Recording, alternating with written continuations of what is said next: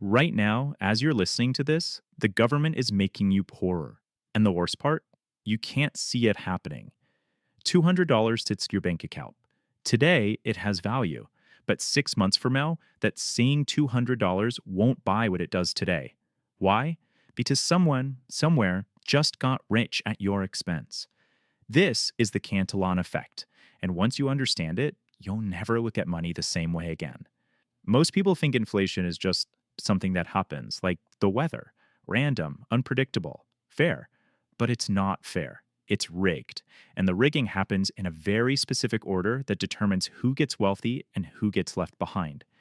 Today, we're breaking down the hidden mechanism that's been widening the wealth gap since 1755, and why bankers have understood this secret for centuries while you probably haven't. Before we explain the mechanism, let's travel back to 1755. An Irish French economist named Richard Cantillon was trying to solve a puzzle that most people never even asked.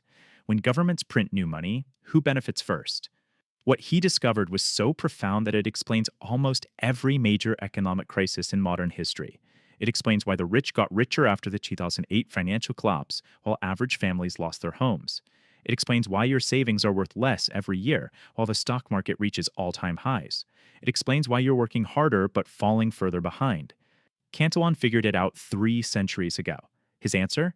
The people closest to the money printer always win. Everyone else? They lose. But the thing that's crazy is this mechanism has gotten more powerful, not less. With digital money and quantitative easing, it's never been easier for those at the top to access new money first. Imagine a printing press in the Federal Reserve Building. It's 2020. The pandemic hits. Fear spreads faster than the virus. The central bank makes a decision. We need to inject trillions of dollars into the economy. But here's the thing. That money doesn't just appear in everyone's bank account equally. It never does. The newly printed money flows directly into the banking system. JP Morgan, Goldman Sachs, Bank of America, they get access first. Now, at this moment, prices haven't changed yet. A house still costs $300,000. A car still costs $30,000. But these banks now have freshly printed trillions sitting in their accounts. They do what any rational actor would do. They invest before prices rise. They buy real estate. They buy companies. They buy assets. They know prices are about to explode, so they lock in today's prices before the rush.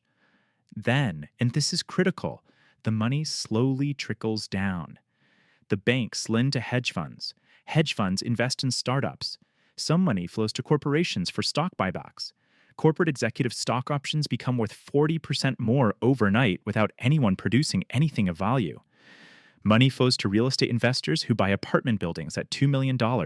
3 months later, they're worth $2.8 million. Meanwhile, you at your job, you're doing the same work, your salary is the same, but you're arriving late to the party.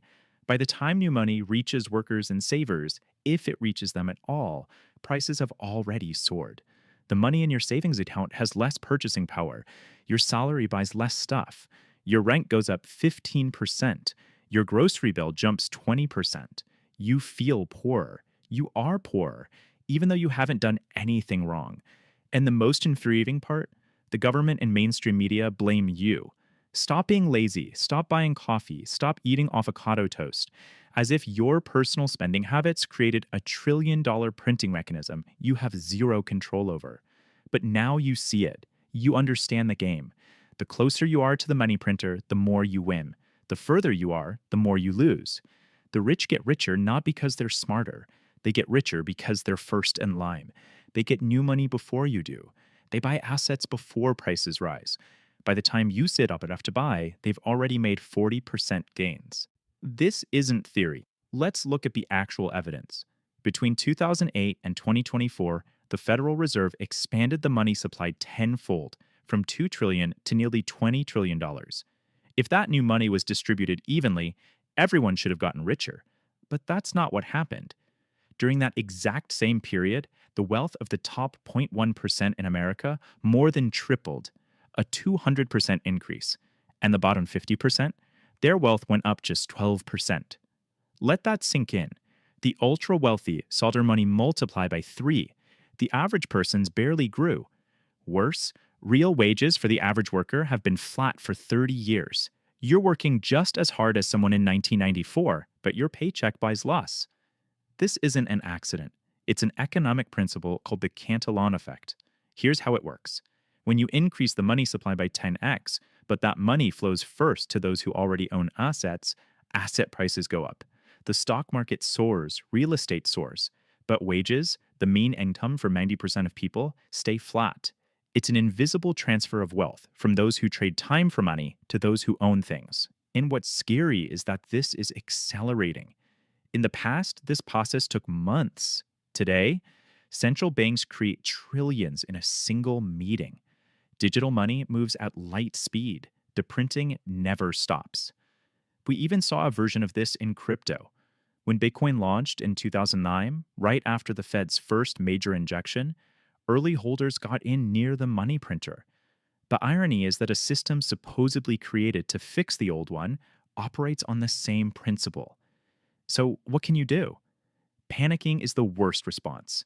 Resignation is what the system wants. Instead, you have to understand the game. First, recognize that income and wealth are different. Making a six-figure salary doesn't make you wealthy. Owning assets that generate wealth does. This means you have to stop thinking only like an employee and start thinking like an owner, even on a small scale. When you own an asset, a piece of a company, a piece of real estate, you benefit when the currency gets weaker. Your assets become worth more in dollar terms. This isn't about blaming yourself for falling behind. It's about understanding that the financial system is designed for people closest to the money printer to win. The problem isn't your work ethic. The problem is the mechanism. And here's the uncomfortable truth. Money isn't neutral. It is a mechanism for transferring wealth from those furthest from the money printer to those closest to it. Every time the government prints money, every time there's an emergency injection, wealth is redistributed, and it almost always flows upward. While you're waiting for the system to change, the system is changing your reality. Your purchasing power declines, your ability to afford a home diminishes, your savings depreciate. The Cantillon effect is real. It's been real for 270 years. And now that you know how it works, you have a choice. You can ignore it and hope things work out, or you can actually understand how money works and make decisions that protect you. That's the real education they don't teach in schools. If you're starting to see the hidden architecture of wealth, then you need to understand the deeper mechanics of how money and power really work. That's what we're building here on this channel.